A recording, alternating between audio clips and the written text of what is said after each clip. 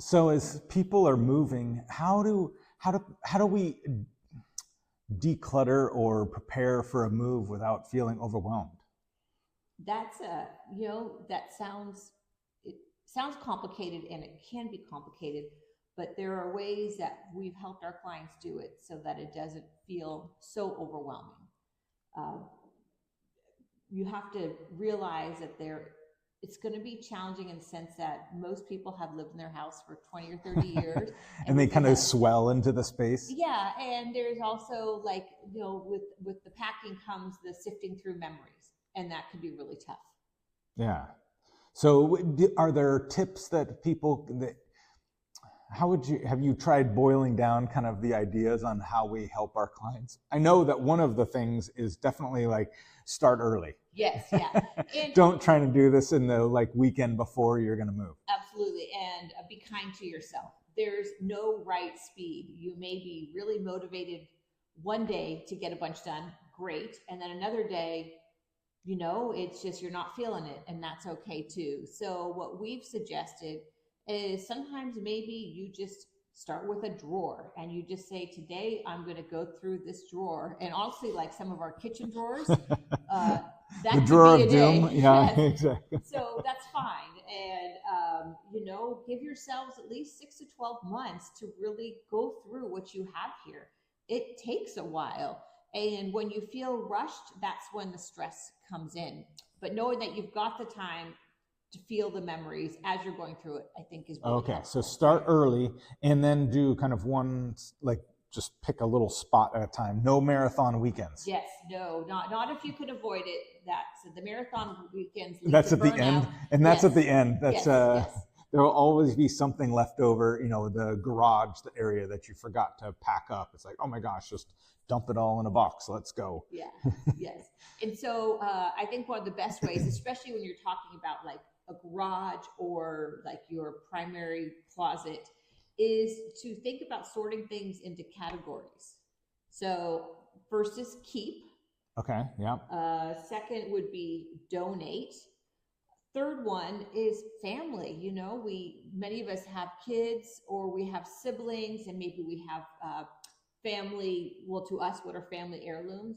That maybe if we don't want them or they don't serve us anymore, there's a different family member that would want them. And then the things that the family are like, these are not heirlooms to us. Those are the things you just pass along to the next.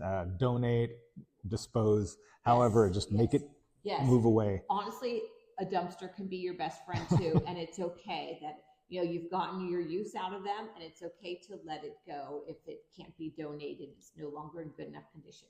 It's okay to let those things go. Feels like with so much to do at times, maybe starting with the non-emotional areas first. Yes, absolutely. The garage or linen closet, just start kind of picking some areas. Maybe it's kind of the low-hanging fruit. But again, don't leave the emotional stuff to the very end, because it's... when you're going through it, you need to look at the 12 pillowcases you have that don't have the matching sheets anymore. We keep them on our bed. Oh, those are for camping. Yeah. Or, well, what if I just need to change one real quickly? So maybe 2 extra ones would be great. You no longer need 12. Or you have twin sheet sets now and you no longer have twin beds. Maybe it's time to let those are for go. trick-or-treating. So, it's things like that. Your storage cabinets, all those things are great places to start because they tend to not have the same emotional triggers that, other areas will have. Maybe as you get to the emotional areas, maybe bringing in family to help kind of like, hey, we're cleaning things out. Are there things, hey kids, are there things that you want? Right. Versus collecting up things and kind of putting them in front of them in big kind of dumping piles. Like, here you go. This is for you. You can just have them come in and select things. Right. Another great way to do it, and I know my parents did this when they were moving, is if we were just down, like let's say for a holiday, they would just open up one space in the house and say, hey, why don't you look through here? Maybe take one thing if it's what you want. So we weren't even as kids trying to find everything that we cared about in mom and dad's house and take it home in one visit. We also had the time over a year or so to think about what might mean something to us that maybe my parents didn't want any longer, and be able to have that and have conversations with our siblings Wow, if that's we a great both tip. wanted the same thing.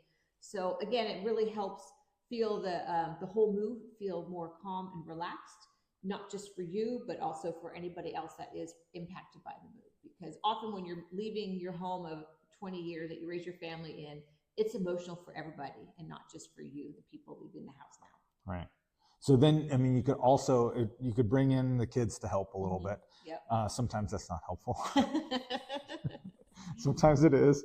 But what about like experts, estate sale people, the kind of like the donation center, potentially come in and help pick up some things if you want to just offer it up, or the consignment place. Sometimes there's even places that will take just mattresses because they do need them for shelters and things like that. So definitely look around. I know it's hard to feel like you're putting things in a dumpster. So if you can find a spot, it hurts a little bit, right? It makes you feel a lot better about giving that item away. And plus, like if you're really feeling overwhelmed, I know that in our area, there's organizational kind of companies or people, like individuals that you can hire that come in and just, obviously they don't have the emotional tie to it. So they can be like, all right, let's organize these things here. We've got like items together. Let's pick a few, they really have somebody help kind of direct traffic a little, I think would be nice. Yeah. And, as you're going through this, really be thinking about your next chapter. Like, where are you going next? And we talk a lot about your next home may not always be smaller. It may just be different. But as you're doing that and you're thinking about a different lifestyle and you're going through your belongings, really think about, do I still need this? Am I going to use this item in my next chapter? A good example of this is like when my kids were little, we used to bake sugar cookies and decorate them. And I probably had 100 different like cookie cutters, and then all the sparkles and everything still to go with them, which were probably aged by that point, and realizing that, all right, that was a great chapter in my life. I have great memory with my kids doing these things, but I probably will not be doing them again. And honestly, if I really want to do it again, they're not that expensive. I can buy them again. Yeah. But let it go. And we're not in clearing things out. We're not erasing memories, right? We're kind of choosing the ones that we're going to keep, and the memories stay. We don't need to have the physical objects all the time to keep those memories. It always reminds me of that Marie Kondo book. Yes. What was the title of that book? This is good on the spot. Anyways, the Marie Kondo book was very helpful in kind of helping me kind of let go of some things. It's like identifying that some items had their time and that time has been served, and it's okay to let it go. Like I don't need it to hold the memory. We had a client recently that went through this herself. She was living in Southern California and decided actually she wanted to come here and be closer to family. Her husband had passed away recently, and she had 30 plus years of belongings of her own. And since she and her husband had married a little bit later in life, she had all of his life belongings as well that had accumulated, that he was actually no longer there to sort through himself.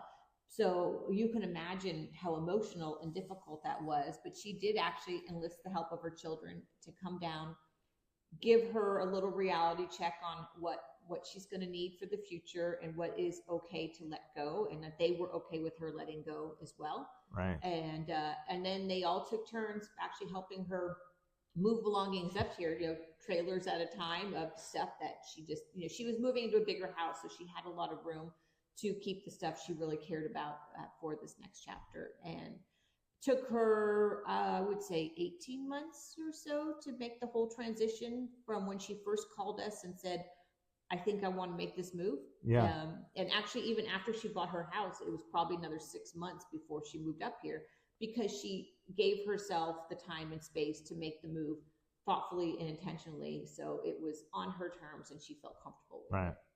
These kind of moves really deserve patience, right? I mean, is that absolutely, that's kind of the key item. And, we have to kind of build this into every transition. Yes. And So if you're considering a move, and if you're thinking about the decluttering and it feels kind of overwhelming, this is the time to reach out to us and allow us to kind of talk you through it and apply it specifically to your situation. We've got checklists that can help, but the key thing is to reach out to us and let's get started on the process. Yes, and we are Kirsten and Troy Clark, and we'd love to have a conversation with you.